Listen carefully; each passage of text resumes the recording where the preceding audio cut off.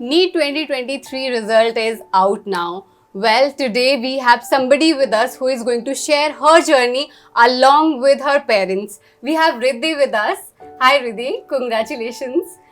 Thank you ma'am. Okay, and we have our parents as well. तो उनसे भी बात करेंगे.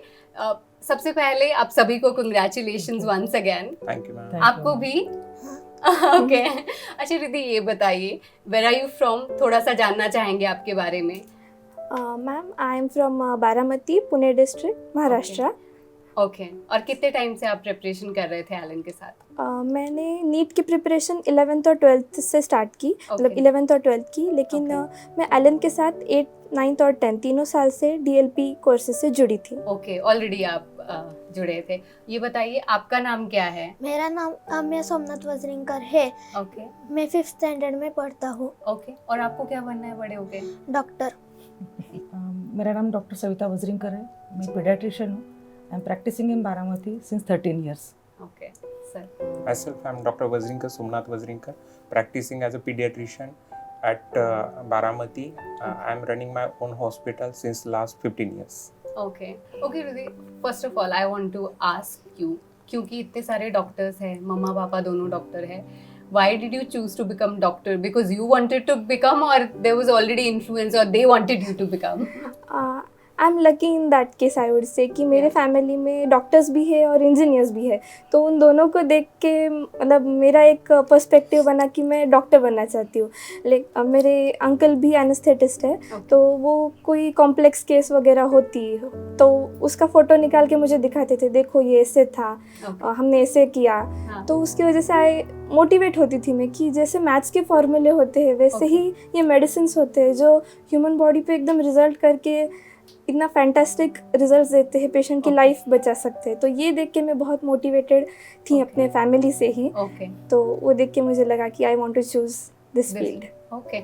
मतलब आप शुरू से फैसिनेटेड हो गई थी इस फील्ड से. ओके मैम, सर आप दोनों से एक एक करके जानना चाहेंगे, रिद्धि कैसी थी पढ़ाई में शुरू से, बचपन से?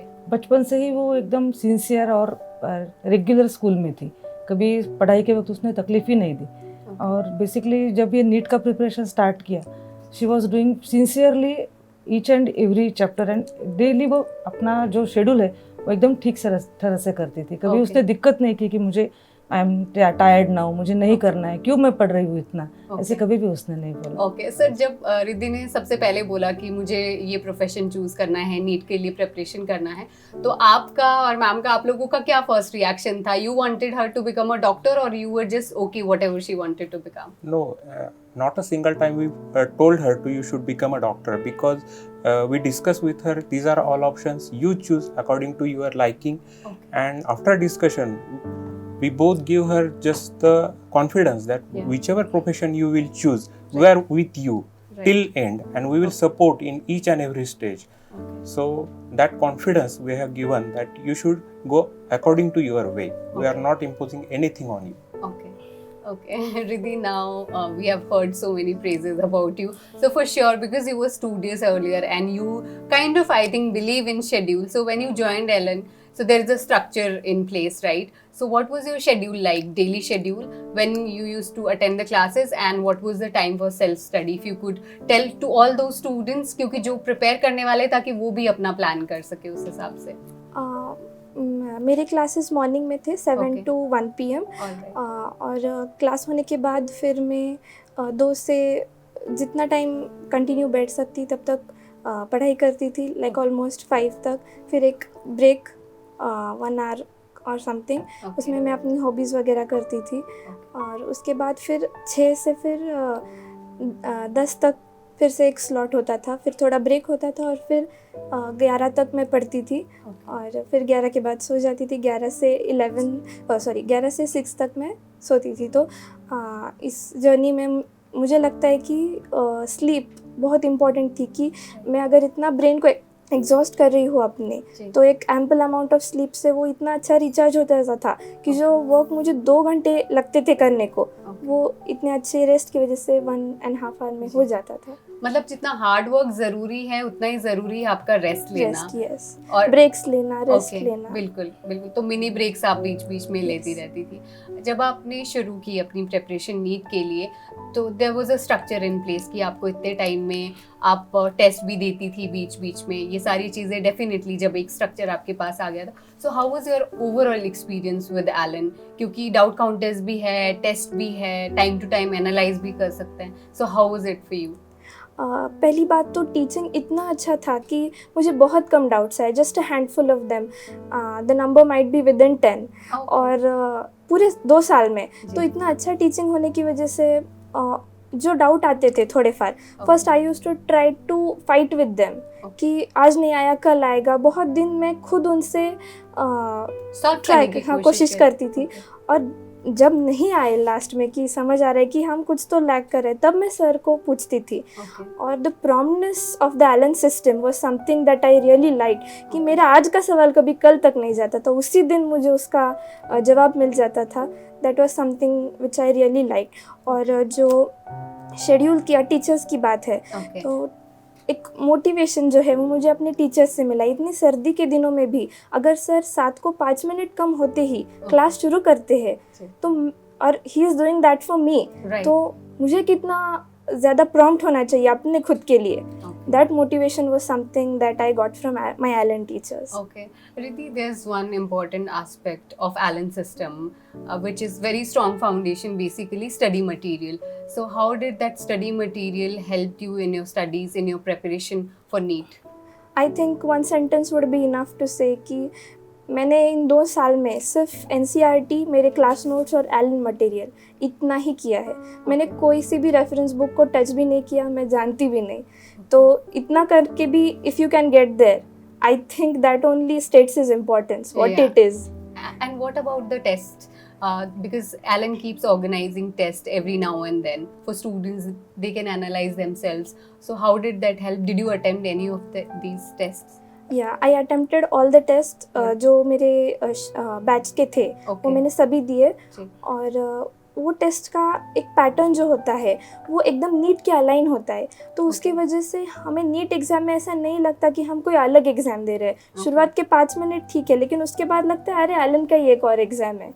लाइक और एक बात एलन के एग्ज़ाम्स की वो ऐसी लगी कि बीच में मेरे नीट के 2 मंथ्स पहले तक मेरे 680 690 के आसपास आ रहे थे marks, and I was feeling कि यार ये ऐसे कंट्रोवर्शियल क्वेश्चन या फिर टफ क्वेश्चन, असर्शन रीज़न ऐसे क्यों डाल रहे हैं। तो आई वाज किया तो फिर थोड़े से आउट ऑफ सिलेबस, तो तब मैं गुस्सा थी कि ऐसा क्यों हो रहा है, मैं वाई एम नॉट क्रॉसिंग 700।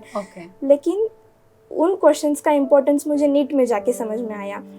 इतने सारे कंट्रोवर्शियल क्वेश्चन सॉल्व करने की वजह से नीट में मेरा एक प्रॉब्लम सॉल्विंग एटीट्यूड डेवलप हो गया था। ठीक है, थोड़ा अलग लग रहा है क्वेश्चन, तो ये सोचो कि एग्जामिनर ने क्या माइंडसेट करके बनाया होगा या फिर वो कौन से डायरेक्शन में हमें ले जाना चाहता है। तो that was something that all these mock test give me, and हमारे पेपर में तो इतने सारे असर्शन रीज़न आए थे, तो वो सब सॉल्व करने में Allen test series was really helpful. And Allen की जो टेस्ट सीरीज़ होते हैं वो पहले पार्ट सिलेबस और उसके बाद फिर फुल सिलेबस, लेकिन फुल सिलेबस भी पहले 1 वीक के बाद, फिर 4 डेज़ के बाद, फिर 3 डेज़, फिर 2 डेज़। तो ऐसा हो गया था कि उन्होंने हमें पूरा सिलेबस ऐसे आराम से एकदम कवर कर दिया। तो जैसे गाड़ी कौन से भी मोड में जा सकती है, वैसे वी वर लाइक अब बताओ कितने दिनों में सिलेबस कंप्लीट करना है, 2 दिन 3 दिन, आप जितने दोगे उतने में हम कर सकते हैं। एलन ने हमें उसके लिए ट्रेन कर दिया है। Okay, and throughout the study, Riddhi, because you already had structure, you already had guidance from Alan and your parents as well. So how did you keep yourself focused, at the same time motivated? What worked for you? You were mentioning earlier something. What all are the factors that kept you motivated and focused? Motivated तभी रह सकते हैं आप जब आपको subject में interest हो, आपके पास वो जुनून हो कि आपको वो करना है, कुछ भी हो जाए मुझे वहाँ तक पहुँचना है। तो जब आप सेल्फ मोटिवेटेड रहते हो ना, you never fall down, you just keep on going ahead and ahead. I never face that issue. मतलब मेरे पेरेंट्स को देख के, मेरे फैमिली मेम्बर्स को देख के मुझे हमेशा सपोर्ट ही मिलता आ रहा है, और मेरे टीचर्स से भी। तो हमेशा I was like motivated only, like तो मुझे वो प्रॉब्लम आई ही नहीं। ओके, एंड एग्जाम के टाइम पे कोई ऐसी ट्रिक थी या किसी ने कुछ बताया था, ऐसी चीजें हैं जो आपको याद रही और आपके लिए वर्क की नीट एग्जाम के दौरान specially? Actually, the thing that changed my 680s, 690s to the 700s Right. was my outlook changed. मैंने BM सर के काफ़ी सारे वीडियो देखे और उन्होंने उसमें कहा था कि एग्ज़ाम के टाइम पर हमें बिल्कुल लिक्विड की तरह बन जाना चाहिए. जिस कंटेनर में डाल दो उसका शेप लेना चाहिए. लाइक क्लास में, जिस क्लास में आप बैठे हैं वो बेंच चाहे छोटी हो या क्लास का पंखा आवाज़ कर रहा हो, don't be bothered by it. Just ये ध्यान दो कि वो जो बेंच है वो आपकी MBBS की सीट है. और अगर आप ऐसा सोच लो ना, टेक मार्क माई वर्ड्स, आपको कुछ दिखाई नहीं देता, लिटरली नथिंग. और सर ने और एक बात बोली थी कि एग्ज़ाम टाइम पे जब आप सेंटर पे जाओ तो बी पोलाइट विद एवरीवन. तो वो जो सभी चेकिंग वगैरह हो रहा था, तब जिन्होंने मुझे चेक किया उन सबको मैंने थैंक यू बोला, तो उन्होंने मुझे ऑल द बेस्ट विश किया. तो it was something that give a positive feedback to my mind and I was feeling motivated at that time. तो उसकी वजह से मेरा माइंडसेट बहुत अच्छा रहा और मेरा पेपर काफ़ी अच्छा गया उसकी वजह से. ये बहुत छोटी छोटी बातें हैं बट ये मैटर करती है उस दिन. और एक आउटलुक कि जब आप एग्ज़ाम में कोई टफ़ क्वेश्चन सॉल्व करते हो, वो आपके लिए नहीं सबके लिए टफ़ है. और NTA ने वो जानबूझ के डाला है ताकि सब उसमें ट्रैप हो. तो जब आपको वो क्वेश्चन दिखे, smile at that question, think that NTA is मॉकिंग you, से चैलेंज इज एक्सेप्टेड NTA. और मैं पूरा पेपर ख़त्म करके फिर आपके क्वेश्चन पे आऊँगी and I will take my 4 marks. Okay, that's really amazing और बहुत ही पॉजिटिव आउटलुक है आपका. अभी आप दोनों से हम लोग जानना चाहेंगे, मैम पहले आपसे फिर सर से. रिद्धि ऑलरेडी मेहनत कर रही थी, आपने बोला पहले से स्टूडियस थी. आपको क्या लगता है एज अ पेरेंट, क्योंकि आपने उसकी जर्नी को साथ में देखा और कहीं ना कहीं जब एक बच्चे की जर्नी शुरू होती है तो पेरेंट्स की भी जर्नी शुरू होती है. सो कौन से ऐसे फैक्टर्स रहे विच कंट्रीब्यूटेड इन हर सक्सेस? आपको क्या लगता है कि किस वजह से सक्सेसफुल हो पाई? मैडम, वो उसका एटीट्यूड बहुत ही पॉजिटिव था. कभी भी उसने ये नहीं किया कि मुझे ये करना नहीं है या फिर मैं ऐसे बात क्यों करूँ. और दूसरी बात ऐसी है कि वो रेगुलरिटी, कंसिस्टेंटली वो पढ़ाई करती थी. कभी भी उसने बैकलॉग रहा या फिर कोई टेस्ट मिस किया, ऐसे कभी भी नहीं रहा. और एक मोस्ट इम्पॉर्टेंट बात है कि अर्ली स्टार्ट. हाँ, early start is most important. 10th होने के बाद में हमने इसका जो एलन जो क्लासेस है वो जनवरी में स्टार्ट कर दिए थे. हाँ, एडवांस बैच ज्वाइन कर ली थी. वो अर्ली स्टार्ट की वजह से उसको बहुत इम्पोर्टेंट रहा उसकी जर्नी में वो. और उसका अक्टूबर तक सिलेबस खत्म हो गया था. ओके, आपको क्या लगता है, what are the factors? Most important factor is self study actually. She is self studying from 6th of standard actually. For 5th or 6th standard I just took some subjects, science and maths, and afterwards she has developed her habit of self study, which is most important contributing factor to tackle with study, understand it, solving doubt on own. This is very helpful what I think. And apart from this, the very systematic approach, a specialized approach of a class like Alan. Okay, perfect combination. मैं आपसे जानना चाहेंगी, दीदी कैसे successful हो पाई, किस वजह से हुई वो सक्सेसफुल, कैसे उन्होंने क्रैक कर लिया नीट? आपको क्या लगता है क्यों कर पाई? वो बहुत ज़्यादा पढ़ाई करती थी. ओके, तो आपको मोटिवेट करती है, वो इंस्पायर करती हैं? ओके, चलिए हम लोग उनके वर्ड्स ले लेते हैं. And anything else you want to add on? कुछ और कहना है दीदी के बारे में? नहीं. बस इतना ही कि वो बहुत मेहनती और इसी वजह से क्रैक कर पाई. Okay, that's amazing. ओके, बहुत सारे ऐसे डाउट काउंटर्स की भी आपने बात की और ये सारे आपको क्या लगता है कि आपके पेरेंट्स ने बता दिया कि ये फैक्टर्स रहे हैं. What according to you are the factors that contributed in your success? I think for my success the first thing was मेरा गोल फिक्स था. मैं ये करना ही चाहती हूँ no matter what. अगर ये आपने ठान ली हो ना तो आपको कोई मतलब रोक ही नहीं सकता.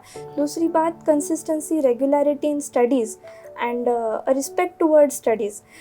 दूसरी बात, मुझे इतना अच्छा एलन का सिस्टम मिला तो उसकी वजह से मैं कंटिन्यूसली मोटिवेटेड रहती थी. इतने सारे बच्चे मेरे साथ हैं, वो कंटिन्यूसली इतना स्ट्रगल कर रहे हैं, तो उसकी वजह से मैं भी स्ट्रगल करती रही और फाइन होती गई.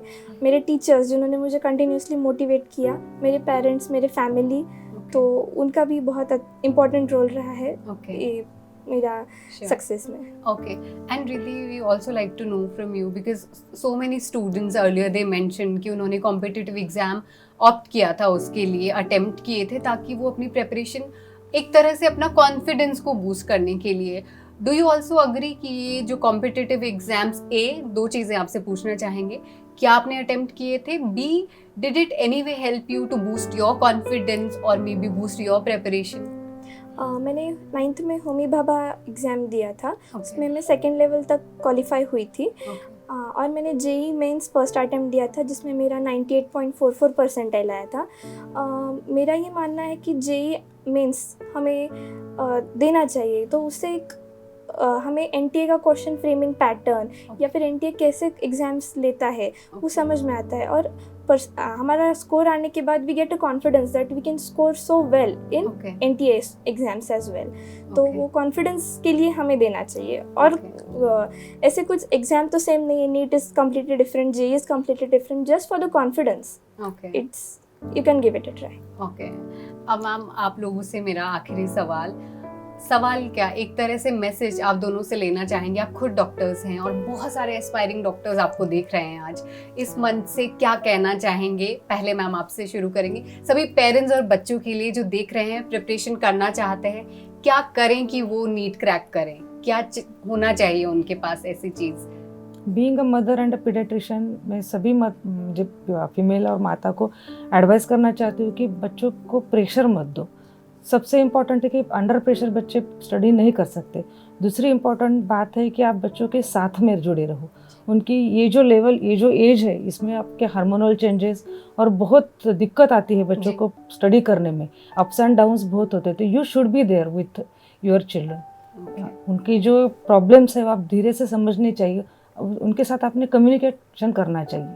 ये most important thing. Okay, and sir आपका क्या message? Simple thing, keep small goals actually. Okay. Riddhi started her preparation with the goal that I want to get a seat in government medical college, any government college, and work in that direction. Yeah. And if you do these things sincerely and for 2 years along with the Alan, definitely you will achieve more than what you have decided. That's why she started with the one MBBS seat in any government college and now reached to a height that most renowned and prestigious medical college, that AIIMS Delhi, she is now getting that seat. So this is a journey. Be patient, just go naturally according to their nature. And you should be always with your child, that we are there mentally also and physically also. You should give at least 15 minutes in the afternoon, 15 minutes in the evening with your child. Take a dinner with him. If lunch is not possible, take dinner and talk. Apart from your study, you should talk other things. Communication is important. At Sunday, you should go out with your family. That is very much important. Okay. आपको क्या लगता है, आपकी success का श्रेय आप किसको देना चाहेंगे जो ये अचीव कर पाई?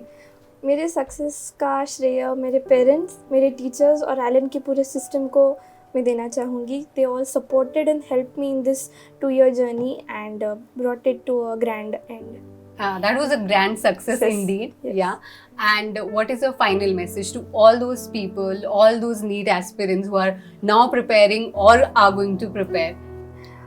I feel that being focused, regular, consistent in studies and keeping on going ahead in spite of having small obstacles, take them as opportunities, convert them into opportunities and look towards them in a positive way. I would like to add something. जब and में 2-3 महीने बचे थे exam को, तो मैं almost हर एक दिन एक टेस्ट देती थी। तो घर आने के बाद मैं मम्मा को कहती थी कि मम्मा मेरे 4 सवाल गलत हो गए, 3 सवाल गलत हो गए। तब मम्मा ने मुझे डांटा और कहा, ऐसा मत कहो मेरे 4 सवाल गलत हो गए, कहो मुझे 4 नए कंसेप्ट सीखने को मिले। तो बस एक आउटलुक चेंज करने की वजह से आप बहुत हर चीज़ में पॉजिटिव देखने लगते हो। और एग्ज़ाम टाइम में भी, अरे 20 मिनट बचे हैं ना, मैं इतना कर लूँगी, तो उस टाइम पे भी वो हेल्प करता है positive outlook. I strongly recommend to all the aspirants कि आप एक पॉजिटिव आउटलुक डेवलप करें और अपने टीचर्स का मतलब उनके इंस्ट्रक्शंस फॉलो करते रहे. Follow NCERT for all 3 subjects along with Allen module and Allen class notes, and I guarantee that if I can do it, you can surely do it. Okay, that's amazing, Riddhi. I think after talking to Riddhi and her parents and her brother, I feel behind every success story there is positive attitude that they all have. There is your hard work, dedication and everything, but above all there is self-confidence and the support of your family, your near and dear ones, that works for a success story. Thank you so much, Riddhi and sir, ma'am, Amay, especially हम लोगों से अपनी journey share करने के लिए. I am sure बहुत सारे बच्चे आपको देख रहे हैं, they are going to get inspired. So thank you so much for sharing your journey and experience with us. Thank you. Thank you. Thank you. Thank you.